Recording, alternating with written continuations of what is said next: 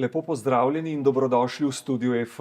Danes je z nami profesorica Andreja Cirman, govorila pa bo o stanovanjski politiki. Dober dan. Dober dan, pozdravljeni. Pomanjkanje stanovanj in njihove rastoče cene so že tako rekoč vsakodnevna tema pogovorov. Bi morala država po vašem mnenju intenzivneje graditi javna oziroma neprofitna stanovanja? Zagotovo je večji angažma države na tem področju zelo dobrodošel, posebej v Sloveniji, kjer nas zaznamuje daljše časovno obdobje, pravzaprav precejšnje neaktivnosti.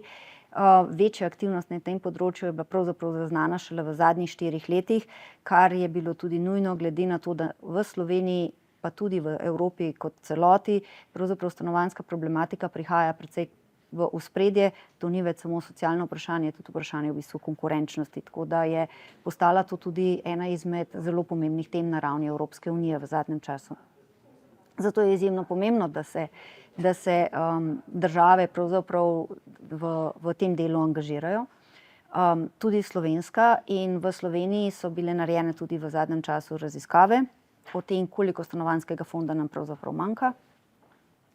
Smo pa v času demografskega prehoda, tako da je bila prav na Ekonomski fakulteti narejena ocena pod vodstvom dr. Samta, da do 2040 potrebujemo 20.000 stanovanj zaradi demografskih gibanj, kar je v bistvu zelo, zelo malo.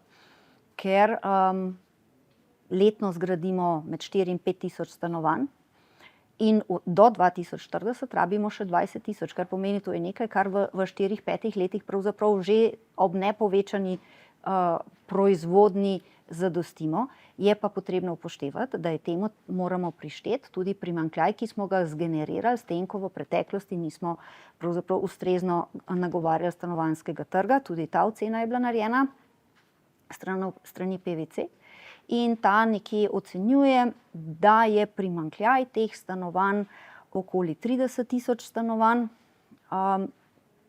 kar pa je številka, ki jo javni najemni sektor pravzaprav za povečano gradnjo deloma že naslavlja z ciljem, kot si je vlada postavila in sprejela zakon za podporo izgradnji 10.000 javnih najemnih stanovanj. Malo je ta ocena verjetno, da bo to iz denarja, ki ga je zagotovila država, iz tega dejansko 10.000 stanovanj je morda malce preoptimistično, vendar velik del tega bi bil uresničljiv. In mislim, da je pravi korak.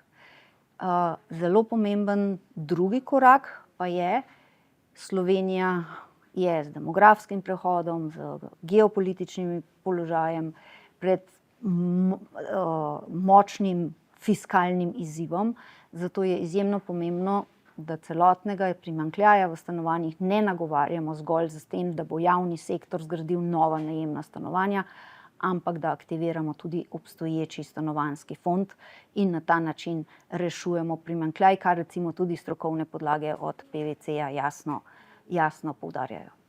Kako aktivirati ta obstoječi stanovanjski fond? Obstoječi stanovanjski fond in tudi Evropska unija gre z svojim European Affordable Housing Planom v to smer, in mobilizacija ponudbe z takojšnjimi ukrepi. Prvič, imamo tudi v Sloveniji skoraj 170.000 praznih stanovanj, ki jih je potrebno, niso vsa stanovanja na primernem mestu, primerne kakovosti, da bi se lahko aktivirala. Vendar od 170.000 do primanjkljaja, ki ga imamo, je še veliko razmika. Vsako stanovanje, ki ga lahko zagotovimo na ta način, je hitrejše in manjši pritisk na javna sredstva, kot če ga zgradimo novega. In je zato pomembno, da jih aktiviramo. In ne nazadnje, tudi to ni samo v Sloveniji, to je tudi na ravni Evropske unije, je ustrezno nagovarjanje kratkoročnih najemov, se pravi nestanovanjske rabe stanovanjskega fonda, kar to je, in ustrezno naslavljanje tudi študentske problematike. Študente so postali v zadnjih 20 letih precej bolj mobilni, to tudi ustvarja potrebe in več študentov imamo. To tudi zahteva ustrezne njihove namestitve, ki so tudi bile nekoliko zanemarjene. In z nagovarjanjem obstoječega fonda, ki je prazen, z uporabo stanovanja primarno v stanovanjske namene, torej pomeni regulacijo kratkoročnih najemov in ustreznimi namestitvami za študente, za mobilne, za delavce, je lahko pravzaprav ta primanjkljaj ustrezno nagovorimo. Med prvimi ukrepi nove koalicije je bil tudi zakon, ki med drugim prinaša znižanje obdavčitve najemnin. Menite, da lahko to pomaga poceniti najem stanovanj? Ne verjamem. Znižanje najemnin v razmerah primanjkljaja najemnih stanovanj, znižanje obdavčitve najemnin v primeru primanjkljaja vsekakor ne koristi najemnikom, ampak bolj najemodajalcem. Vedeti pa moramo, da v bistvu kakšnih večjih tudi sicer kakšnih večjih posledic ta sprememba obdavčitve nima. Je sicer pomemben demonstracijski učinek. Stroka je namreč zagovarjala, da je obdavčitev 25% z 10% normiranimi stroški, se pravi efektivno 22,5%, da je previsoka. In vendar nekako ni bilo posluha za njeno znižanje. Vedeti pa moramo, da v praksi 22,5% plačuje zelo, zelo malo najemodajalcev. Razloga, kako si to, oziroma načina, kako si to breme zmanjšajo, sta pa dva. Velik del si tako ali tako registrira normiran SP, kar pomeni, da plačujejo 4%, kar pomeni, da njih taka zakonodaja, v bistvu jim je samo, ta isti zakon jim je samo olajšal biti normiran SP. In druga polovica, ki pa ne more imeti recimo SP-ja, si pa zmanjša to tako, da pač v pogodbo ne napišejo najemnine, ki je dejansko najemnina, ki je bila plačana, torej kar pomeni tudi ni 22,5% od dejanske najemnine, ampak je precej manj. Tako da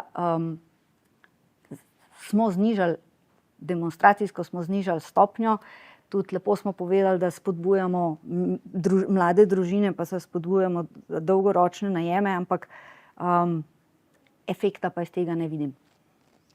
Tema javnih razprav je pogosto tudi davek na nepremičnine. Ali bi po vašem mnenju z neko splošno obdavčitvijo nepremičnin vsaj delno omilili problematiko na stanovanjskem področju? Obdavčitev nepremičnin ni samo fiskalni inštrument, je tudi izjemno pomemben prostorski inštrument in to vedno poudarjamo, zato je pri nas v bistvu uveljavitev nove zakonodaje na področju obdavčitve nepremičnin pomembna tudi iz tega vidika in iz tega, da imamo zakon neizmerno zastarel. Kar se pa tiče stanovanjske, prispevka k stanovanjski politiki, ja, lahko bi nagovarjal, lahko bi ustrezno nagovarjal predvsem tisti del, ki je v neprimerno izkoriščen. To pomeni prazna stanovanja, ki so v nestanovanjski rabi in podobno, ker ustrezna obdavčitev lahko povzroči ali davčne olajšave v primeru, če je stanovanje namenjeno tistemu, kar je družbeno zaželeno, pomeni določen pritisk na lastnika.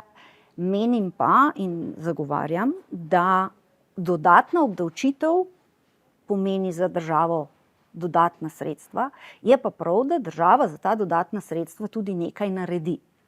In na stanovanjskem področju je eden izmed razlogov, zakaj imamo toliko praznih stanovanj, tudi to, da so lastniki, tako kot so zaščiteni pri nas, mnogi lastniki si niti ne želijo oddajati, kajti, bom citirala znanca, ki oddaja stanovanja, ki je najemnici povedal,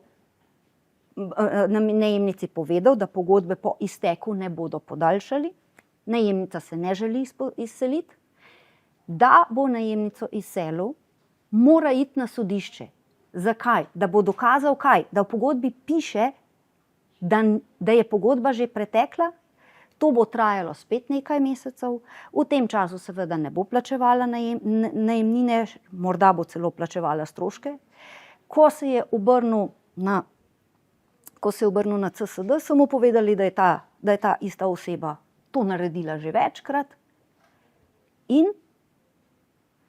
In to ni primerno. Ni primerno, da v takem primeru lastnik čaka. Tak lastnik se lahko naslednjič bo rekel, jaz se tega ne grem več. A ne? Jaz se tega ne grem več, rajše imam prazno stanovanje, za enkrat nam cena stanovanj lepo rastejo, pa bom imel samo kapitalski dobiček, čez nekaj časa prodal, ampak vsa družbena struktura, infrastruktura, ki je bila pa narejena za to stanovanje, ostaja v bistvu neizkoriščena in jo gradimo nekje drugje. Bomo gradili avtobusne postaje, vrtce, trgovine in tako naprej, tukaj imamo pa prazno. In zato mislim, da je obdavčitev nepremičnin, predvsem obdavčitev praznih stanovanj, neizkoriščenih stanovanj, mora lastnikom dati tudi učinkovito zaščito proti tovrstnim zlorabam strani najemnikov. Se pravi, država mora nekaj dati, to je učinkovita zaščita, ne takšna, da je treba 6 mesecev na sodišču dokazati, da je datum na pogodbi že v preteklosti, ampak učinkovita zaščita, ki omogoča lastniku, da hitro reagira in na ta način bo se morda tudi kakšen lastnik hitreje odločil in bo dal stanovanje v stanovanjski najem. Prej ste že omenili lani predstavljeni načrt Evropske komisije za cenovno dostopna stanovanja, pa morda še to za konec. Gre pri tem načrtu po vašem mnenju za korak v pravo smer? Jaz mislim, da gre za korak v zelo pravo smer. Ta dokument, relativno kratek, hkrati spremlja izjemno dobro pripravljen dokument strokovnih podlag, zelo globinska raziskava razlogov, zakaj smo tu, kjer smo in kako naprej. Tako da 4 stebri so. Ta steber je pač povečanje ponudbe, mobilizacija investicij, takojšnji ukrepi. Vedeti moramo, da mobilizacija ponudbe, če bomo danes naredili to, da bomo omogočili več ponudbe, kar je trenutno rak rana v celotni Evropi, bo kar nekaj časa trajalo. Zato moramo imeti ukrepe, s katerimi lahko gasimo na kratek rok in hkrati ukrepe, s katerimi bomo sproščali na dolgi rok. In regulacija na tem področju je prispevala k izredni rigidnosti tega trga. Zraven imamo težave še na področju gradbeništva, ki zaostaja v inovativnosti, zaostaja v produktivnosti in trpi od spet močne regulacije, ki je vpeta v celotno področje. Tako da mislim, da grejo ukrepi na pravo smer. Ravno tako ti ukrepi, da se evropska sredstva namenjajo za to področje, evropski fokus tudi na to področje, tehnične podpore, aktivacija Evropske investicijske banke, tako da jaz mislim, da je to korak v pravo smer. Najlepša hvala za pogovor. Hvala. Hvala tudi vam, spoštovani gledalci. Spremljajte nas še naprej.